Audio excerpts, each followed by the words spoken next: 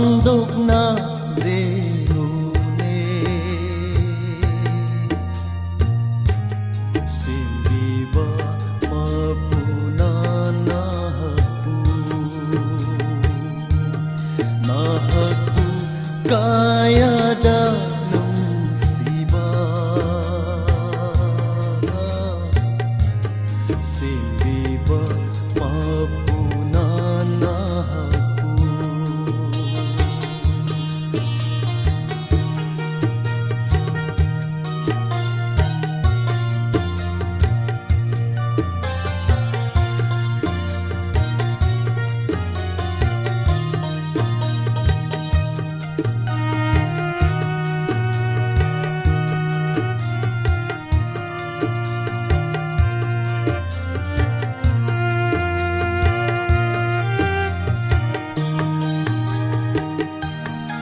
Tamtina mamlaba ahindo kanana nahagpu ngakpikhi phataba taurage khanbada kanana nangonda thingbikhi paptagi kan lambido nangonda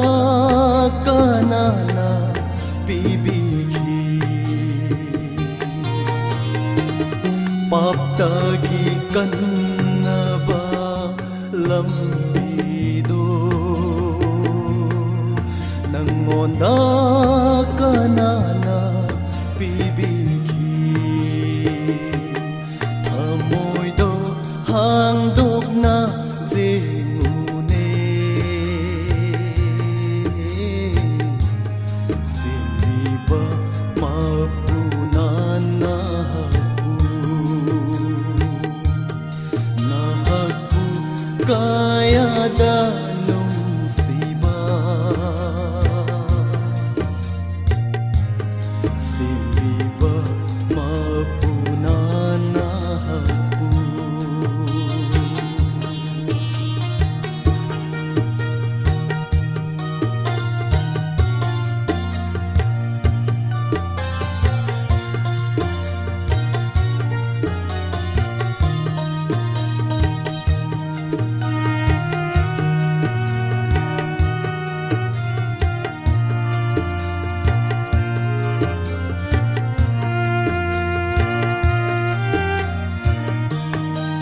tumhanba ngamlaba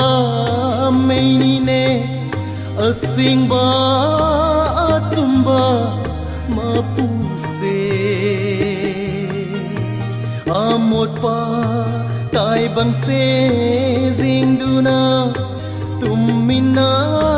khanliba mahase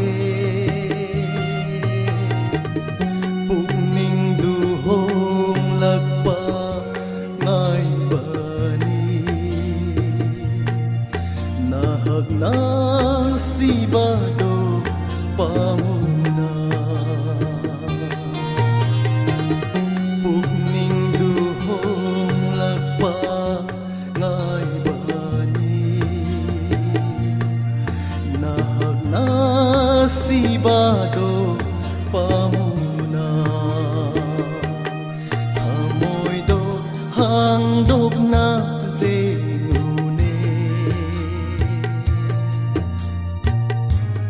simbiba